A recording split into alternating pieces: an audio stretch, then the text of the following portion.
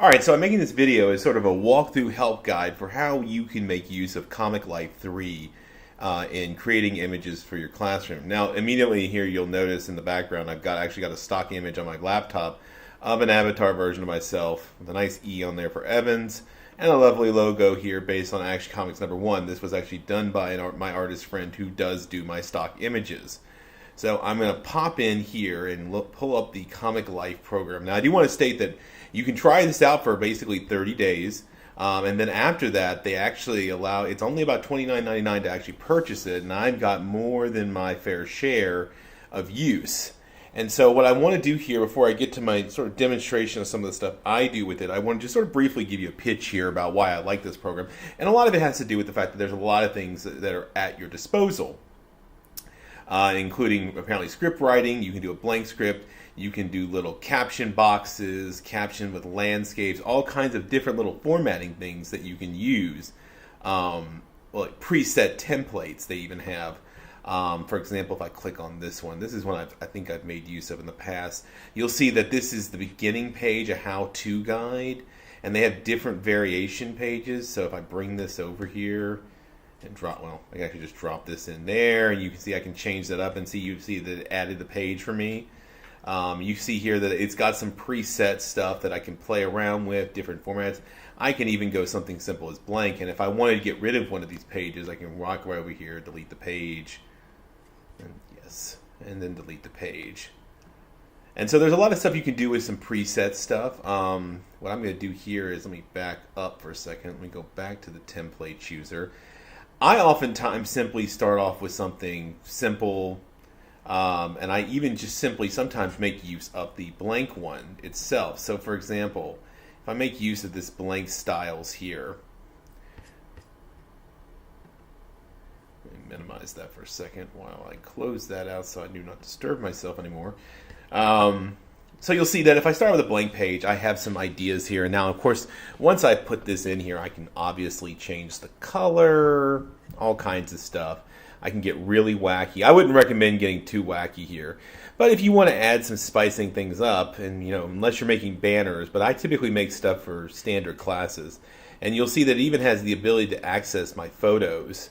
And then if I want to, I can even set myself basic panel structures. For example, here. And now I don't have to do it this way. I can simply go up here.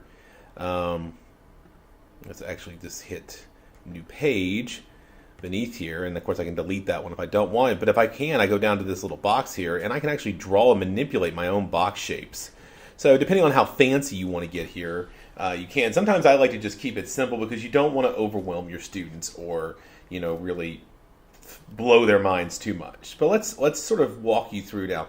And I'm just walking you through some basic features. But of course down here I have letter boxes. There we go. So, and I can change these, the different forms here. I get a lot of options. This is the template I'm actually using here, and this is the one I use most frequently, is I like to use the blank right here with styles. It gives me pretty much all the options at my disposal to sort of create whatever it is I'm wanting to do. All right, so let's close that out. All right, so we'll go back in here, continue to mess around. All right, let's go back into this one. So, and then of course down here I've also got title lettering. So let me start with this one. So, English 101. Okay, so this is the, let's say I'm working on this one for a class. And once I sort of make these templates, I can always kind of go back and mess around with them. And of course I can change size. How big do I want that to be? And then maybe I'll throw in this one. Weekly schedule. And of course, if I want to differentiate this one, so and then weekly schedule, and then I might come back in, do this one here, different lettering, or to be more consistent, don't want to get too crazy here. Let's do the same one I did for that one, week 8. All right. I might do this here, and thinking about how you want to arrange these things is important. So, say for example, let's say I wanted to sort of center this one a little bit more. And you'll notice that the boxes move around, give you an idea of kind of where you are on the page.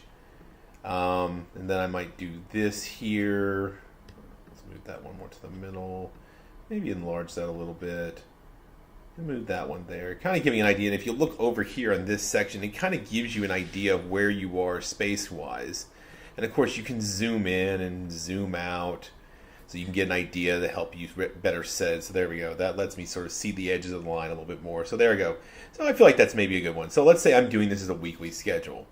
Now, as I mentioned earlier, I've used a lot of stock images. So I want to sort of show you something of what my friend of mine has done for me. So inside a shared Google Drive folder, he's made a bunch of stuff for me, and I basically requested, and I make use of these stock images quite a bit. I don't know what else I've got in here, but whatever else I do. But of course, I've got a section of body shots he did for me. I've got a comic panel one he put together for me. Pretty much anything I want to do once he has the base character. And of course, the base character I would decide to go with, since I'm using this McCloud principle, is me. So a variation on me. So I might take, for example, let's say, if I'm normally doing a weekly schedule for students, I try to keep it simple. And so I'm going to put this image in here. And so I'm going to maybe enlarge that one a little bit. And let's go ahead and put in a word bloom. I don't like the round ones. I like the ones with a little bit of a rounded edge, but not square. And so I'm going to say, here are the things we will be looking at this week. And see, once I have this in place here, I can just leave this generically, and I can stretch this out a little bit, make it a 2-line fetch right there. And see, most of this, once I save this, anytime I need to come in and edit, I just need to change the week number. So once I create this template, it can be something I can reuse over and over again with just simple modifications. So let's say I'm going to go put this box in here, and let's say I like using these yellow ones for some reason. So let's start here, and I'm going to change the font because I do want this to be a little bit bigger so students can see it. And I'm going to get rid of the italics, and I prefer to use, and there's a lot of font variations too, and I would not recommend getting crazy with these. I like to stick to 1 or 2 simple ones. But like I said, there's a lot of opportunities for you to have interesting ways you want to frame your decisions here. But I'm going to go ahead and use the one that I prefer to use, which is digital strip. I think it's clear and put the point. So I'm going to go ahead and type this in. Let's go ahead and say, oh, yeah, I forgot resets. Sorry about that. Let's say Monday, March, 19th. Let's go ahead and make this next week. All right, so go back, highlight that, get rid of that. Forget that there are some bugs you have to work with. But once I sort of set this in here, and I'll go ahead and underline that. And then drop down, and I might have students remove the underlining, of course. Look over papers from last week, something like this. Maybe I'm going to have them practice MLA exercises. Okay, and then read chapter 5 for Wednesday. Okay, and I'll go back here. I like to do a little bold there. All right, and I'll stretch this box out a little bit to give it a little bit more form. There's Monday. So then I can come down here, and sometimes this will make it a little easier for you. I can control on this one and copy this one, and then we'll paste it, move this down. This way I don't have to reset my font. I just need to change what goes in here. So Wednesday, this keeps me from having to do that whole process over. 21st. Maybe I plan on having them read chapter 6. So, and since I had them go over chapter 5, do practice exercises. Oops. Work on thesis statements. Something like that. Now you'll notice the box moves up there, so I need to shift it down. And of course, if I want to fill the space, I can, of course, stretch that. I like to. But I think it's a good size. You want to keep some consistency because it helps the students. Because, yeah, I'm trying to get their attention and get them engaged, but I don't want to overwhelm them.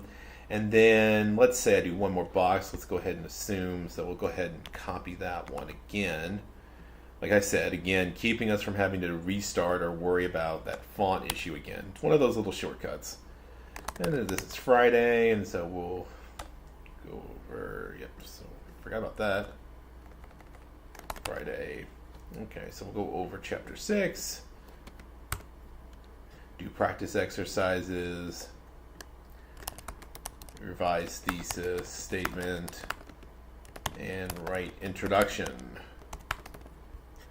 And then maybe at the bottom here, rather than having them read something, assignment, revise thesis. Okay, so I've got that written down. So there's that information. So maybe also sometime, let's say Monday, I plan on having them have something due. So I might, oops, not there. And one of the fun things you can do, by the way, with these images is I can move this to the foreground. You'll notice that covers that up, or I can move this here and move that to the foreground. You can move things forward and backwards wherever you need them. Okay, so there's a box, and so I'm going to differentiate this box. Well, let's just make it this one here. You know, nice white one, and I might make the font red, but let's go ahead and type a little bit so I can convert this.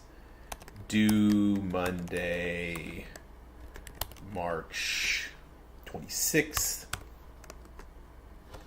And now I can go back, change this. We'll make this 14 font as well. Keeping some consistency does help. Digital strip, thesis statement, or essay 3, something like that. And then just to really sort of maybe highlight the due date element or that something due, I can go play around with the colors. And so there it is, a little box reminder, giving them a heads up. So they'll know this in advance so that they'll have some idea. But, you know, it's something I can verbally discuss with them, talk about it.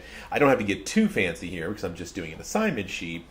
But this is sort of how I can just sort of, and I just recommend playing with it. Like I said, there's some built-ins, and they have all kinds of different errors, like where you can basically play with different things. And like I said, you can also, you know, just make your own. I do a lot of making my own, and I try to make sure I fill the space properly. So say, for example, this box right here, to really maybe help it fill out, I might enhance the size of the font and then pull it down a little bit. You know, that way that I'm leaving a little less white space. It's only one page. Okay. And of course, in addition to sort of templates here, I've got examples of typing so I can fill in and do different things. Hands raising, open door. I got some superhero stuff I use a lot. There's me, a version of me as an astronaut I had him do one time. So having a lot of stock images. And so this is one I use on my website. We'll go take a look at in just a second here. But I have a few color ones, but I keep it mainly black and white because, as I've noted in my handout, I'm trying to make sure that my position as the narrator, this avatar version of me, isn't necessarily there to get your attention in a way that I don't want it to be distracting, but I do want it to be something you pay attention to at least long enough to hopefully engage you and then maybe get you to do some reading in the text as well. But I don't want it to overwhelm you. One of the reasons that McLeod talks about in his handout, very specifically, this idea of letting yourself be part of the background by keeping this simplistic. Notice that my avatar is not exceptionally hyper agitated or hyper realistic, because I'm trying to avoid that issue. And there, of course, me as Yoda as well. But of course, I also have him doing, he made for me, in addition to stock images, he did some ones for me when I did Brit Lit, so I have ones from different time periods, and there's a banner that's from one of my blog sites. I think probably the most complicated one he's ever done is this one. It's just an interesting example of me as a monk. But me as different literary figures so that I could use those and plop those in when I needed them. He did these more recently for me, sort of calling people to attention. Here's another example of one of my examples where I have students sort of welcoming them to the class, and I've got a copy and pasted version of the course catalog. There's just some blank computer shots. I've done these, for example. I've taken these and I've taken a text box inside here and just sort of pasted like you're reading something off a computer screen. So there's a lot of things you can do, and you can make use of stock images. And I've got, of course, close-ups where it's nothing but my face. You notice that I don't use this one. Nice, really hyper-realistic one. We go for a little bit more like this, but I told them that the beard made me look like I was an old man, so we went with the goatee instead. So we get this. A little bit more fun and engaging. Different poses, different little ways of looking at it. I even have him, he did, for example, some examples of hands pointing. I make use of those from time to time. Let's see. I think that's basically what I've got here. And let me go ahead. And so what I would want to do with this, for example, is I would probably save it. Okay, and I might save it as weekly assignment or weekly, whatever. I think I do it as weekly objectives, week 1, and then I can come back and alter it whenever I need to. And so this becomes my template, and of course I want to export it. And I have a couple of options. For one, I could actually export it to Facebook, but I don't. I could export it to my photos. What I tend to do is I either save it as a PDF or as a JPEG file, okay? And then I would just rename it or give it a name. And if you had multiple pages, for example, if this had gone on right here to be 2 or 3 pages, they actually get put into their own individual folder. One of the nice things it does for you. But for example, one of the things I do with, say, my classes is, for example, if I go to one of my blogs, I can sort of show you some of the more complex examples I've done. Now, of course, I have information here where I've done things like assignments, group work. I think group work here. Yeah, you'll see I use the computer screen and I put in there the idea of some of the things I was going to have them do with group work. Some stuff like that. The MLA, I don't remember if I've done any specific things with MLA. Oh wait, I did do a walkthrough here. This is one of the ones I did with talking about in-text citations and getting familiar with the OWL at Purdue. And so I inserted myself from time to time, kind of treating it as a guided walkthrough of what I typically do with them in class as well.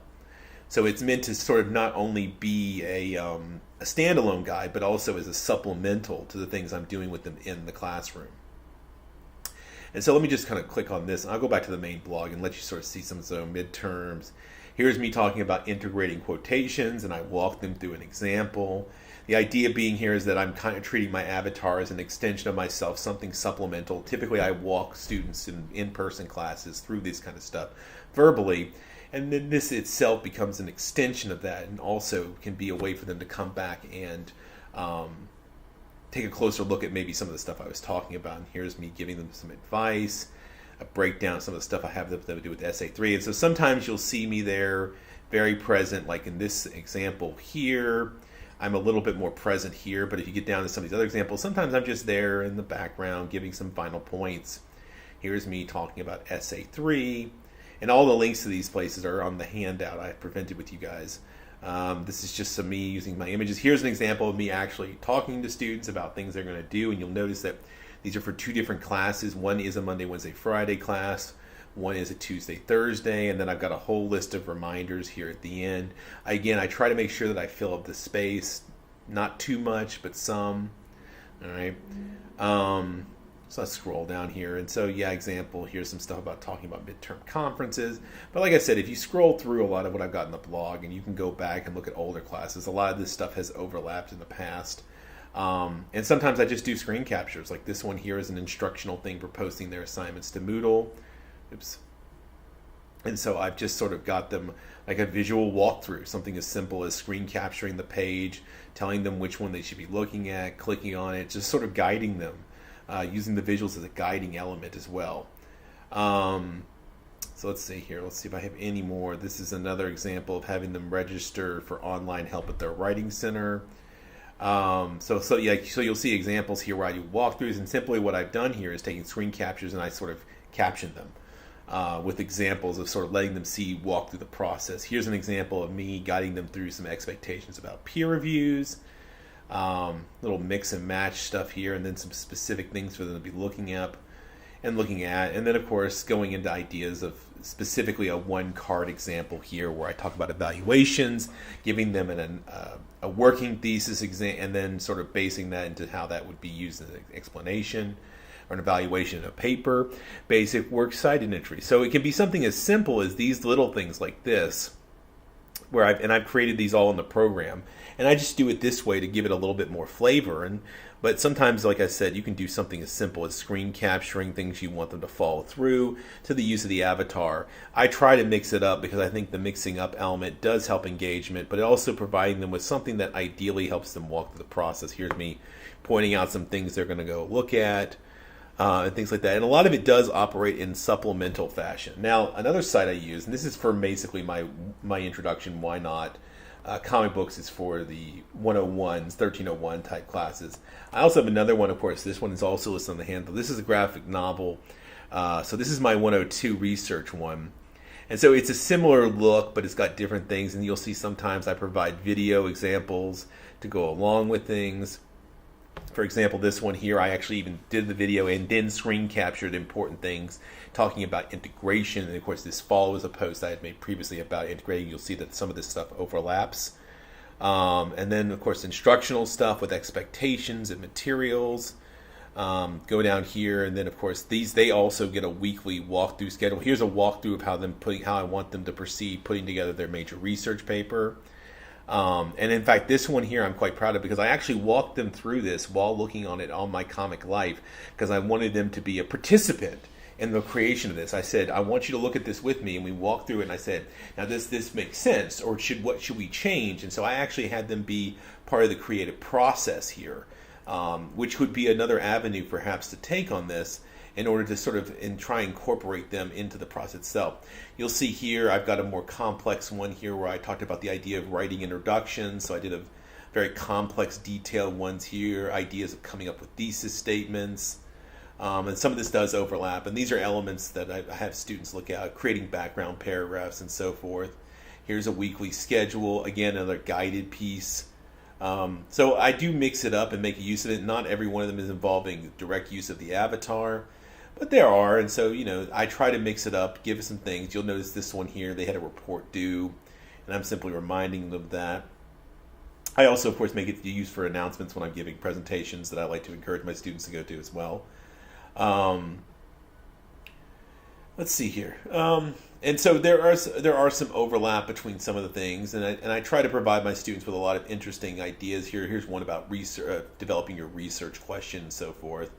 And then this is a very complex one I created based off someone's thesis statement. And this one right here actually originally started as a hand-drawn example that I polished it up to show people this example for the student of where areas that overlapped in their thesis, that they could treat each one of these bubbles as individual areas for them to go do research in, to look for information to help them in their creation of their paper, promoting a field trip, and then of course reminding students of due dates, sort of helping them follow through.